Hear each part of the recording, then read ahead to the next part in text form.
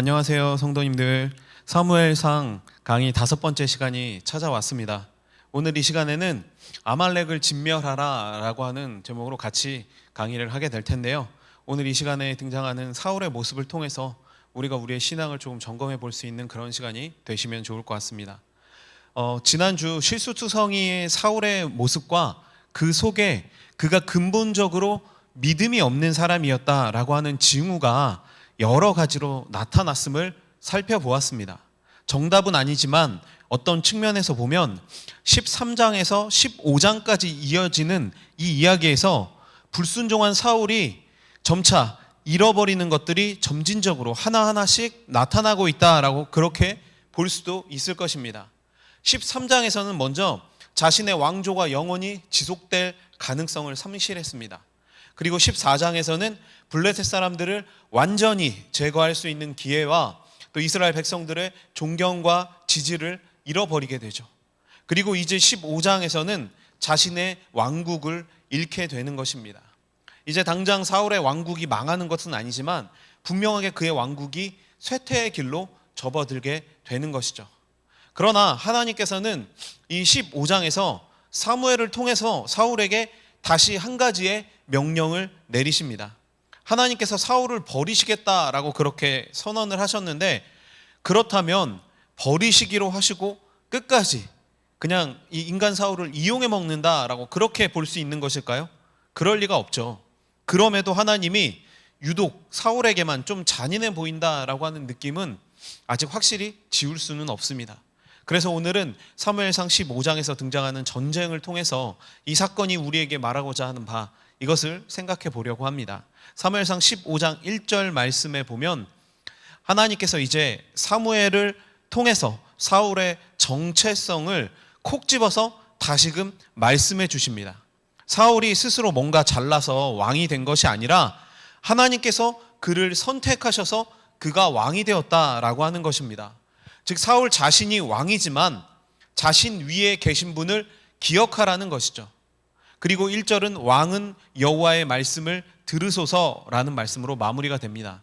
사울에게 가장 부족했던 것, 그리고 이스라엘 지도자뿐만 아니라 모든 성도가 지켜야 할 핵심 덕목은 바로 여호와의 말씀을 듣는 것입니다. 이것이 대전제입니다. 이스라엘의 왕은 언약 공동체의 일원으로서 다른 사람들이 하나님의 말씀에 순종해야 하는 것처럼 여호와의 말씀을 귀담아 들어야 하는 강력한 의무가 있었던 것입니다. 사무엘은 지금 전임 권력자로서가 아니라 선지자로 하나님의 말씀을 전하며 이 사실과 또 사울의 위치를 분명하게 각인시키려고 하고 있습니다. 그리고 2절에서 3절 말씀을 통해 아말렉을 진멸할 것을 명령하고 있는 것이죠.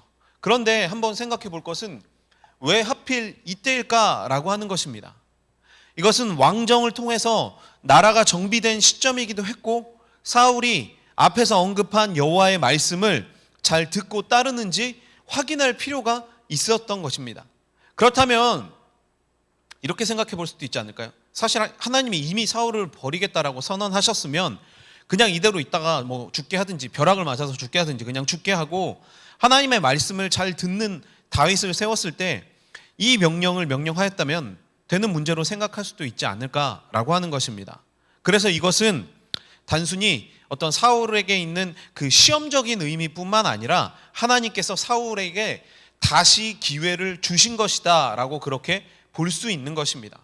그래도 여전히 이미 저주를 선언하셨는데 라고 생각한다면, 구약에서 하나님께서 누군가를 처벌하겠다라고 결정하셨다가도 그가 회개하고 여호와를 찾으면 용서해 주는 모습, 또 그때에는 징계를 허락하지 않고 다음 때로 넘기시는 이런 모습들이 자주 등장하는 것이 설명의 예가 될 것입니다. 대표적인 예가 출애굽기 32장에서 등장하는 금송아지 사건과 모세의 중보기도일 것이죠. 그래서 아말렉을 진멸하라라고 하는 것은 사울에게 다시금 주어지는 하나님의 자비의 기회였던 것이고, 사울은 끝까지 이 기회를 외면하고 말씀을 듣지 않았다. 그래서 그는 멸망하게 된 것이다 라고 하는 것을 성경 저자는 우리에게 말하고 있는 것입니다. 그렇다면 우리가 두 번째로는 이 아말렉에 대해서 조금 생각을 해봐야 될 것 같습니다. 우리는 아말렉을 진멸하라 라고 하는 이 명령이 주는 의미가 어떤 의미가 있는지를 생각해야 된다는 것이죠. 하나님께서 한 민족을 등장시키십니다.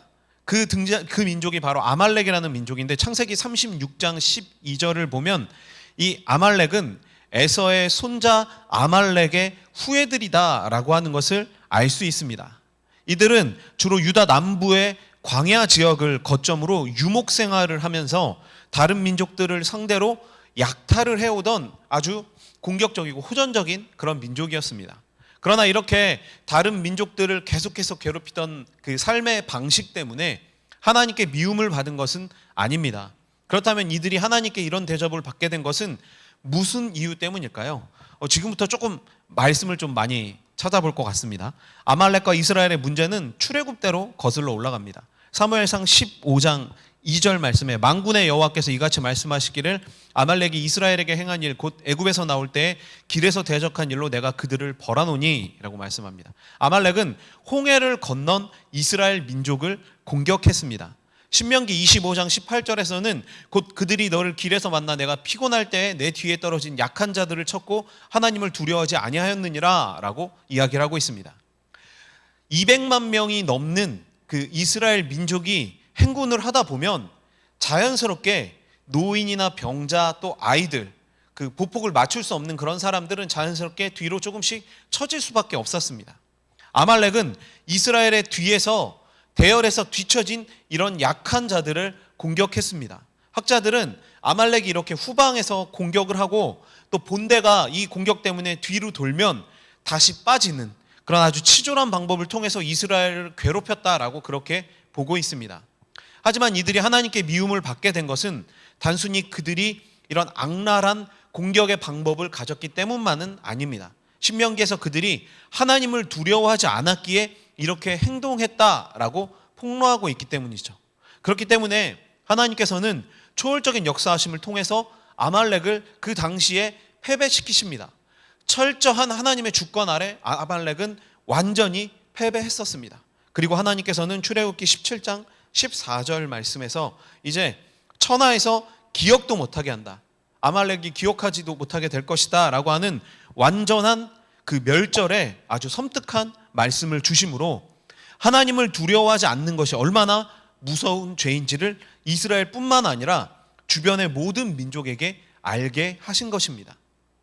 그리고 신명기의 말씀을 통해서 가나안 입성을 앞둔 이스라엘에게 이제 다시금 아말렉을 거론하시면서 신명기 25장 19절에서 너는 천하에서 아말렉에 대한 기억을 지워버리라 너는 잊지 말지니라 라고 하는 이 말씀을 통해서 다시금 이 사실을 환기시키고 있는 것입니다.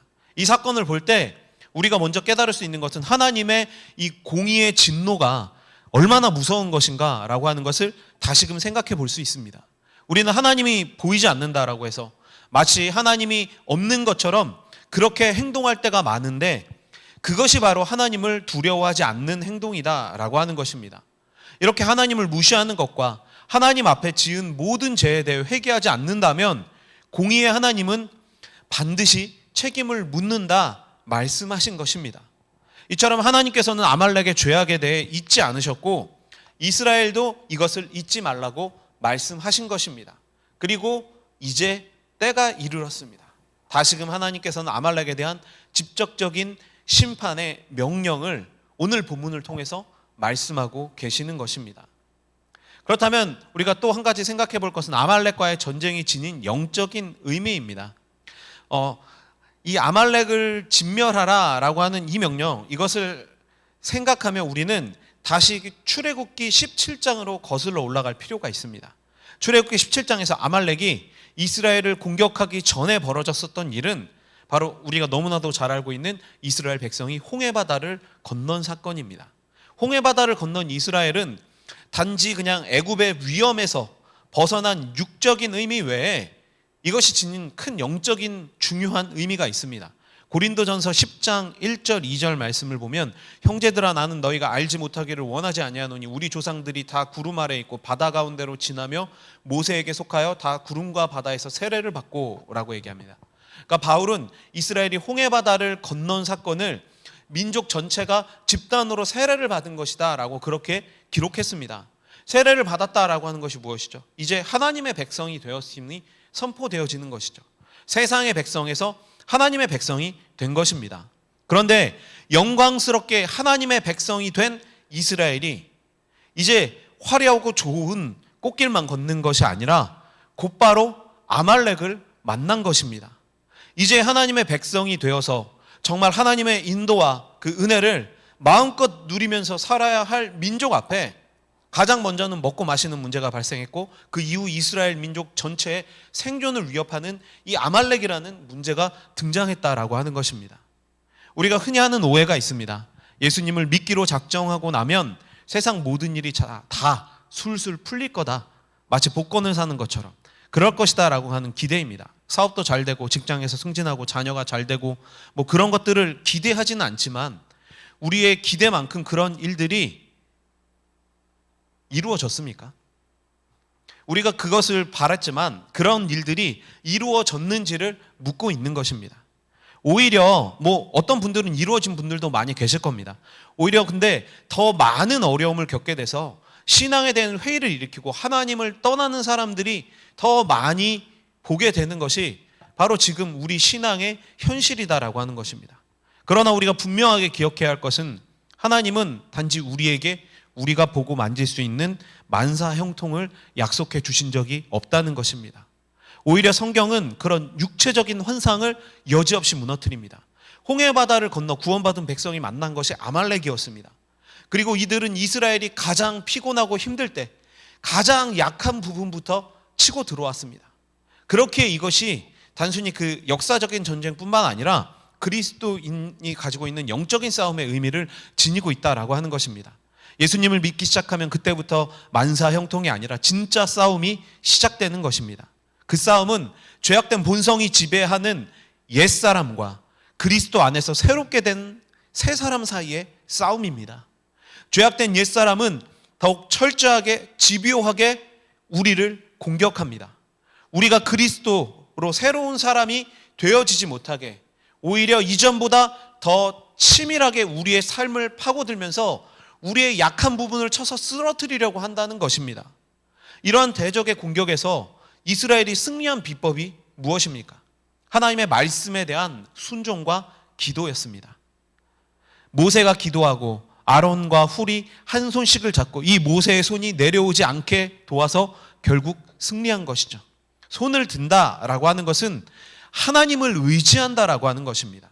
이 싸움은 이스라엘이 하나님의 말씀을 따르며 그분을 의지하기 위해 손을 들었을 때 그들을 구원해 주신 하나님의 은혜를 체험하는 그런 전쟁이었고, 우리가 죄악된 본성을 가진 옛사람과 어떻게 싸워야 하는지, 어떻게 해야 이길 수 있는지를 보여주는 전쟁이었던 것입니다. 그래서 이 아말렉은 이스라엘을 대적하는 민족인과 동시에 바로 죄악을 상징합니다. 사무엘상 15장 18절 말씀에서 사무엘은 이 아말렉 사람을 가리켜서 죄인 아말렉 사람이다 라고 그렇게 부릅니다. 한 민족을 이렇게 죄인으로 규정하는 경우는 사실 거의 없습니다. 당시에 아말렉이 이스라엘을 괴롭히긴 했지만 사실 블레셋이나 다른 민족에 비해서 민족 전체가 죄인으로 규정될 만한 그렇게 악한 일이 벌어졌다라고 하는 역사적 기록도 없습니다. 그렇다면 생각할 수 있는 것은 한 가지죠. 시간이 많이 흘렀지만 여전히 하나님께서 이 아말렉을 죄인이라고 규정하고 있으시다는 것입니다. 이것은 두 가지 측면에서 생각할 수 있는데, 그들이 출애굽한 백성을 막음으로써 하나님의 구속 사역을 방해하는 이런 죄를 범했기 때문이기도 하지만, 영적인 의미로 하나님을 방해하는 이 사단의 세력, 즉 죄악을 상징하기에 죄인이라고 규정했다라고 하는 것입니다. 특별히 하나님께서는 이 전쟁에서 이스라엘이 완전히 승리했음에도 이 전쟁을 끝내지 않으십니다. 오히려 아말렉과 더불어 대대로 싸울 것이다 라고 그렇게 선언을 하신 것입니다. 그렇기 때문에 우리가 이제 이 사울이 임했었던 이 아말렉과의 전쟁에 대해서 이제 좀 더 본격적으로 살펴볼 텐데, 사실 하나님의 말씀을 들으라고 하면서 시작한 이 전쟁에 대해서 성경은 자세히 기록하고 있지 않습니다.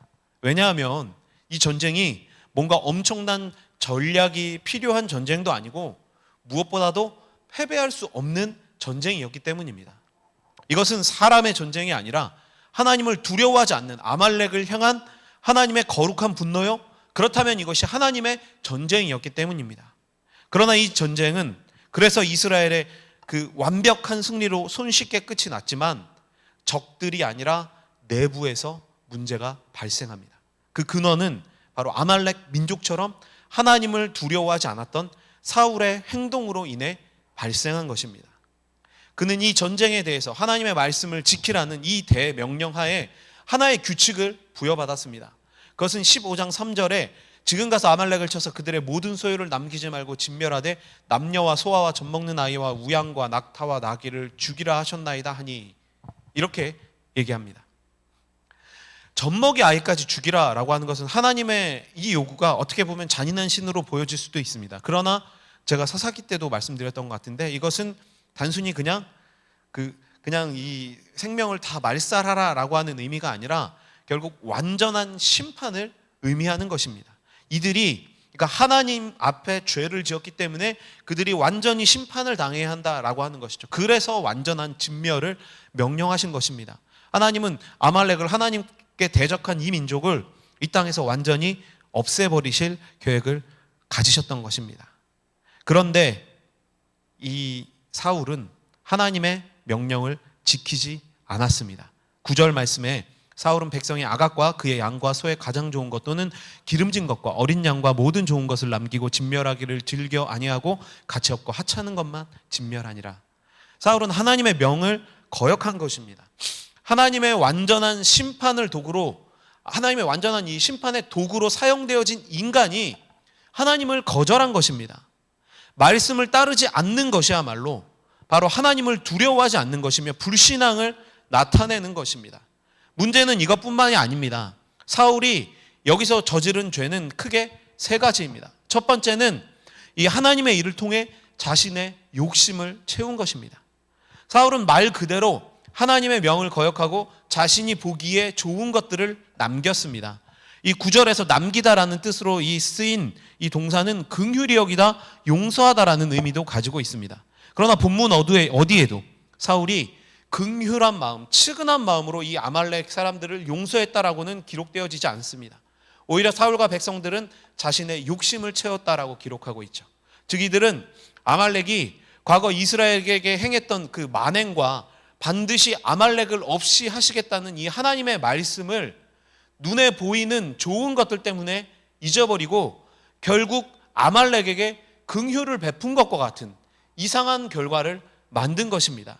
제사를 드리기 위해 남겼다라고 하는 표면적인 이유뿐만 아니라 드러나지 않았지만 어쩌면 이들이 아말렉의 좋은 것들을 남긴 것을 그들 스스로 긍휼히 여김으로 위장했을 수도 있다는 것입니다. 다 죽이면 불쌍하지 않느냐, 좀 남기자. 그러니까 겉으로는 그럴싸하게 긍휼을 내세우지만 그들의 마음가에는 욕심이 있었다라는 것입니다. 다 하나님을 위한 것이었다. 이것은 결국 자기 위안이나 핑계의 도구로 사용했을 수도 있는 것입니다. 그러나 성경은, 특히 성경 저자는 그런 것에 대해서 전혀 언급하지 않습니다. 정확히 눈에 보이는 좋은 것들은 남기고 하찮은 것만 진멸했다라고 그렇게 명확히 고발을 하고 있는 것입니다. 두 번째는 갈멜의 자기를 위하여 기념비를 세운 것입니다. 이 12절 말씀에 보면 사무엘이 사울을 만나려고 아침에 일찍 일어났더니 어떤 사람이 사무엘에게 말하여 이르되 사울이 갈멜에 이르러 자기를 위하여 기념비를 세우고 발길을 돌려 길갈로 내려갔다 하는지라 라고 합니다.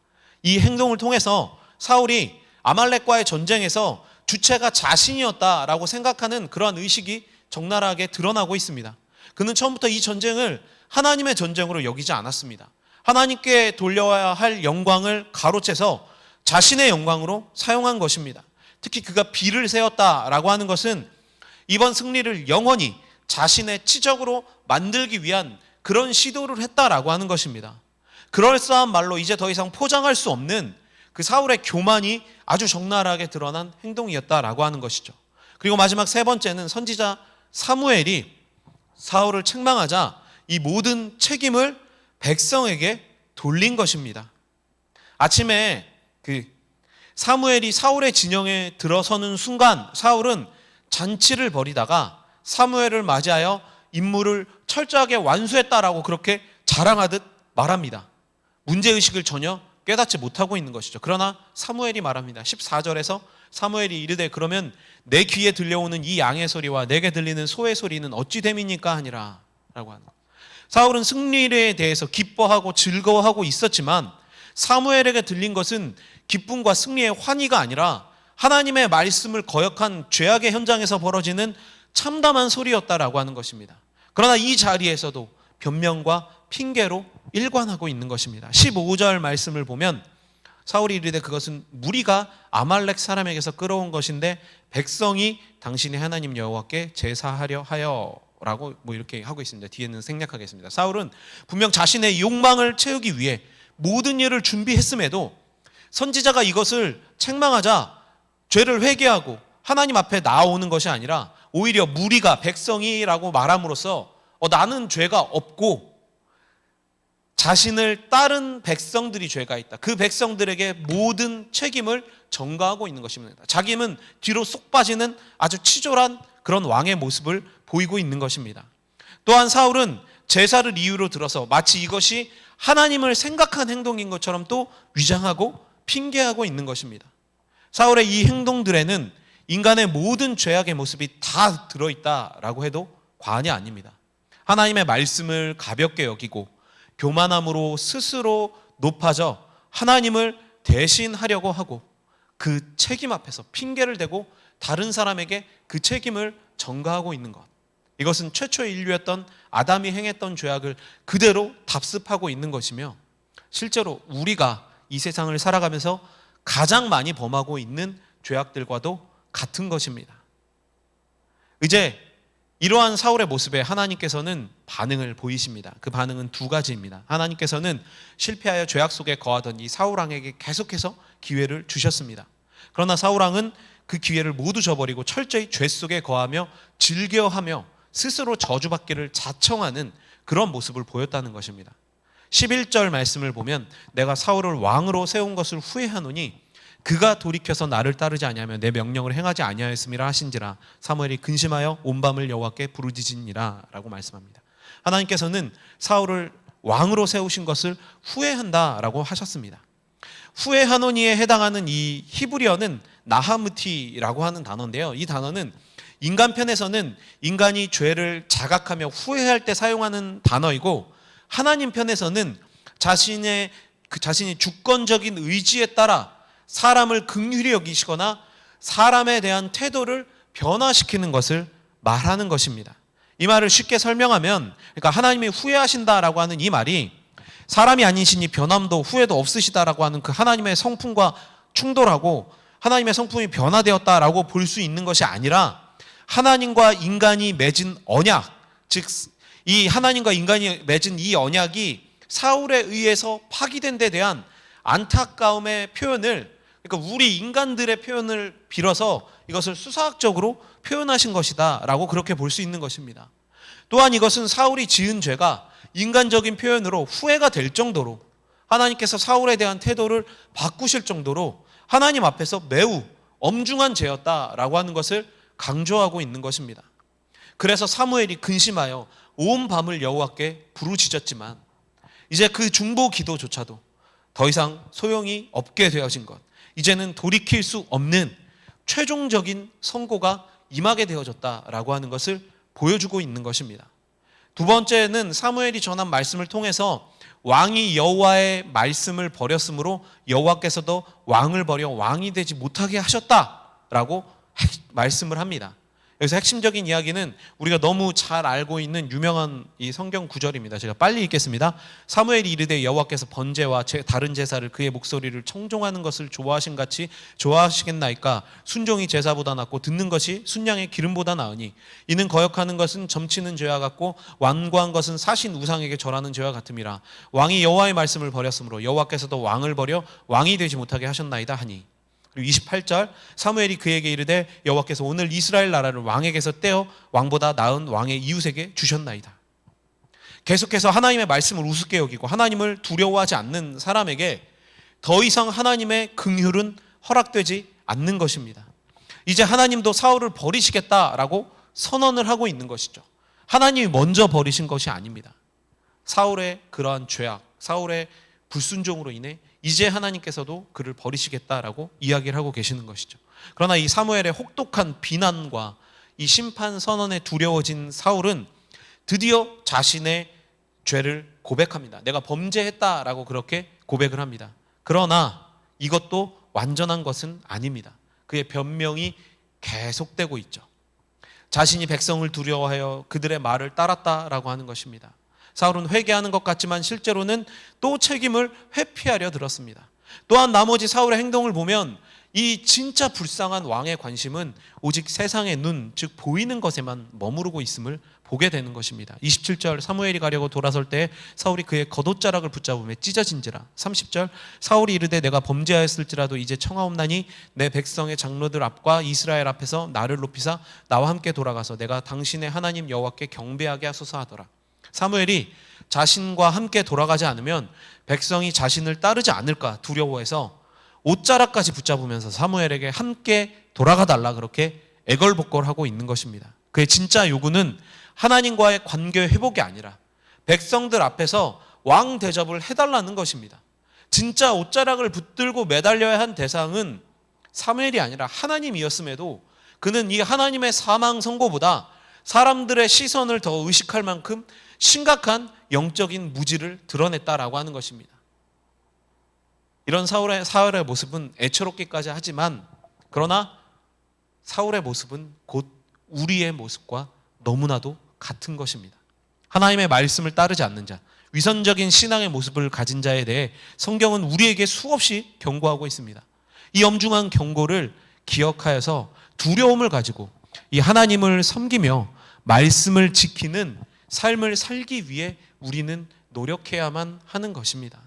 이렇게 사울에게 이끌려서 백성들에게 온 사무엘은 아말렉 왕 아강을 죽임으로써 이제 앞에서 명령된 아말렉 진멸의 끝을 냈습니다. 그러나 사무엘은 사울을 두 번 다시 보지 않았으며 평생 그를 위해 슬퍼했다라고 기록되며 이 사건이 마무리가 되어지고 있습니다. 왜 이 엄청난 승리가 가장 슬픈 날이 되었는지 그것이 바로 우리가 생각하고 교훈으로 삼아야 할 주제다라는 것입니다.